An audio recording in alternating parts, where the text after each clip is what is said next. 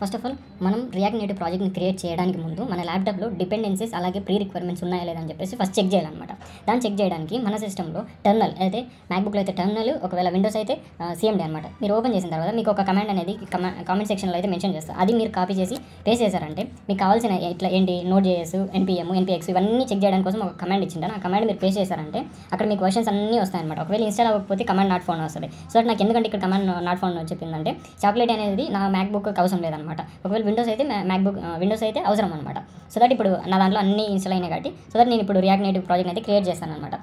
First మనం create చేయడానికి ముందు ఇవి చూసాము, డిపెండెన్సీస్ కరెక్ట్గా ఉన్నాయి. ఓకే, ఇప్పుడు నెక్స్ట్ ఏం చేయాలంటే డెస్క్టాప్లో ఒక న్యూ ఫోల్డర్ క్రియేట్ చేసుకోవాలి. ఎందుకు న్యూ ఫోల్డర్ క్రియేట్ చేసుకోవాలంటే ఏదైనా ఒక ప్రాజెక్ట్ని మనం క్రియేట్ చేయాలనుకున్నప్పుడు ఆ ప్రాజెక్ట్కి అన్ని ఫోల్డర్స్ అన్ని ఒక ఫోల్డర్లో ఉండడం బెస్ట్ ప్రాక్టీస్ అనమాట. సో దట్ నేను ఏమని చేస్తానంటే రియాక్ట్ అని చెప్పేసి ఒక ఫోల్డర్ క్రియేట్ చేస్తాను. ఇప్పుడు ఏం చేయాలి, మనకి ఈ ప్రాజెక్ట్ని క్రియేట్ చేయాలి కాబట్టి ఏదైతే ఈ ఫోల్డర్ ఉందో డెస్క్టాప్ మీద ఉందో దానిని మన టర్మినల్ని రీడైరెక్ట్ చేయాలన్నమాట దానికి. సో దట్ మనం ఏం చేయాలంటే ఇప్పుడు అది డెస్క్టాప్ మీద ఉంది కాబట్టి CD డెస్క్టాప్ అని కొడతాం. ఫస్ట్ CD డెస్క్టాప్ కొడితే ఏదైతే ఈ టర్మినల్ ఉందో డెస్క్టాప్కి రీడైరెక్ట్ అవుతుంది. మళ్ళీ డెస్క్టాప్ నుంచి ఆ ప్రాజెక్ట్ ఫోల్డర్కి వెళ్ళాలి కాబట్టి CD స్పేస్ రియాక్ట్ అని కొడతాం. కొట్టిన తర్వాత దీనికి రియాక్ట్ అనేది ఇది రీడైరెక్ట్ అనమాట. సో దట్ మనం ఈ ఏదైతే ప్రాజెక్ట్ ఫోల్డర్ ఉందో ప్రాజెక్ట్ ఫోల్డర్తో మనం కమ్యూనికేట్ అవ్వచ్చు అనమాట. ఇప్పుడు ఏం చేయాలంటే నెక్స్ట్ మనం ప్రాజెక్ట్ ఫోల్డర్కి రీడైరెక్ట్ అయిన తర్వాత ఒక కమాండ్ అనేది ఉంటుంది. అది మీ కామెంట్ సెక్షన్లో అయితే మెన్షన్ చేస్తాను.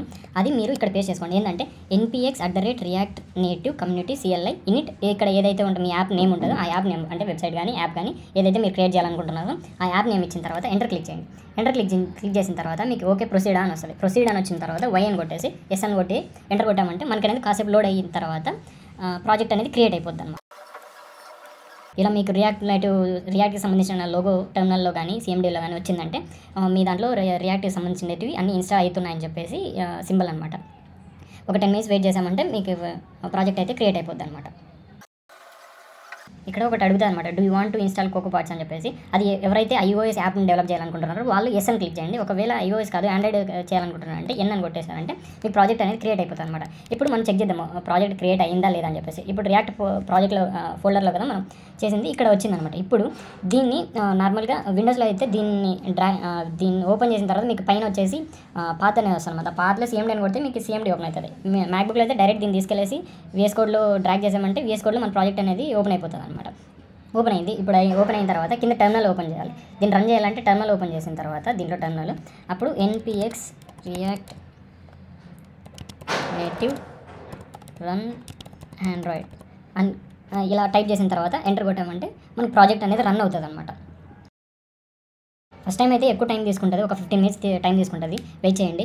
ఫస్ట్ టైం ఒకసారి మీరు యాప్ రన్ చేసిన తర్వాత అది నెక్స్ట్ టైం మీరు రన్ చేయాలనుకుంటే ఒక 1 minute 2 minutesలోనే రన్ అయిపోద్ది అనమాట.